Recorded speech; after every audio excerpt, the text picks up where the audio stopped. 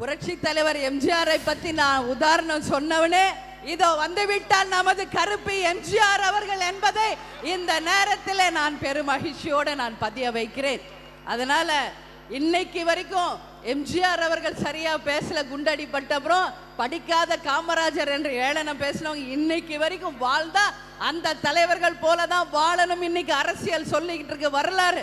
அதே போல நிச்சயம் நாளை தமிழக சரித்திரத்துல கேப்டன் போல ஒரு தலைவர் நிச்சயம் மீண்டும் வரணும் என்று மக்கள் சொல்லக்கூடிய அளவு ஒரு சிறந்த முதலமைச்சராக மக்களுக்காக வாழ்ந்தார் என்று சரித்திரம் சொல்லக்கூடிய அளவு வாழ்வார் என்பதை இந்த நேரத்தில் உங்க எல்லோருக்குமே நான் தெரிவித்துக் கொண்டு, கேப்டன் வந்துட்டதுனால ஒரே ஒரு பெண்கள் பொதுக்கூட்டன்றதுனால ஒரே ஒரு உறுதிமொழியை நாம் அனைவரும் சேர்ந்து இந்த நேரத்தில் எடுத்துக்கொண்டு அதோட என்னுடைய உரையை முடிக்கணும்னு நான் சொல்றேன்.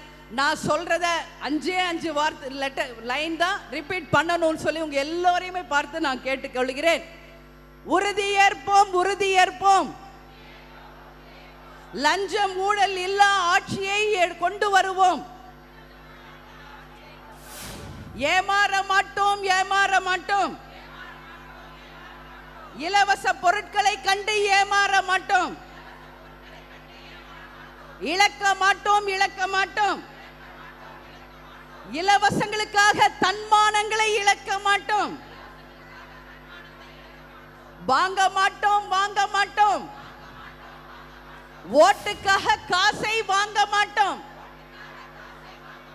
விற்பனைக்கல்ல, விற்பனைக்கல்ல. எங்கள் ஓட்டு விற்பனைக்கல்ல. இங்கு சொல்லப்பட்ட இந்த வாக்கியங்கள் தொலைக்காட்சியில பார்க்கிற அத்தனை பெண்களும் உறுதிமொழியாக ஏற்று வரப்போகும் தேர்தல்ல ஒரு நல்ல ஆட்சியை நாம கொண்டு வரணும். 100% அத்தனை பேரும் வாக்குகளை பதிய வைங்க.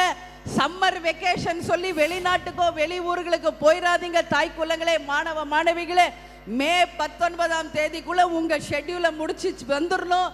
அத்தனை பேரும் நீங்க ஓட்டு போடணும். அப்பதான் நம்மளால கள்ள ஓட்டுகளை தடுக்க முடியும் என்பதை தெரிவிச்சுக்கிட்டு, வாக்களிப்பது நமது ஜனநாயக கடமை. அந்த வாக்களிப்போம் என்பது நேரத்தில் தெரிவிச்சுக்கிறேன். பெண்களாகிய உங்களை பார்த்து நாங்க கேட்கிறேன், ஒரு சமுதாய மாற்றம் வர வேண்டும் என்றால் அது பெண்ணால தான் உருவாக்க முடியும். அது ஒவ்வொரு வீட்டிலும் இருந்து அந்த மாற்றம் வரணும் சொல்லி இந்த நேரத்தில் நான் கேட்டுக்கிறேன்.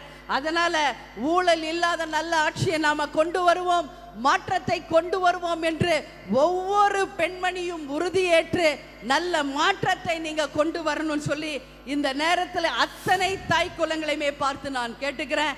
It's my humble request for all the women, make yourself to bring change from each and every house of the Tamil Nadu, because we want to bring development and uncorrupted Tamil Nadu for the people's sake.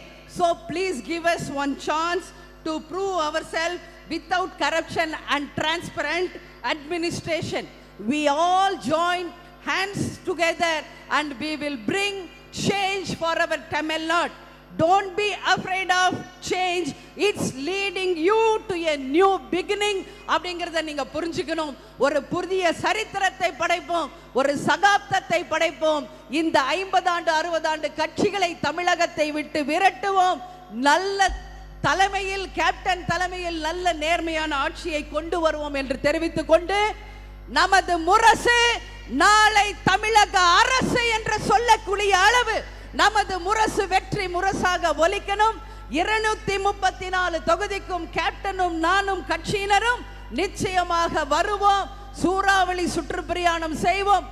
ஒட்டுமொத்த மக்களையும் சந்திச்சு ஊழல் இல்லாத ஆட்சியை நிச்சயமாக நிலைநாட்டுவோம் என்று தெரிவித்துக் கொண்டு, நமது முரசு நாளைய தமிழக அரசு என்று சொல்லக்கூடிய அளவு சரித்திரத்தை படைப்போம் என்று தெரிவித்துக் கொண்டு உங்களிடமிருந்து விடைபெறுகிறேன். நன்றி, வணக்கம்.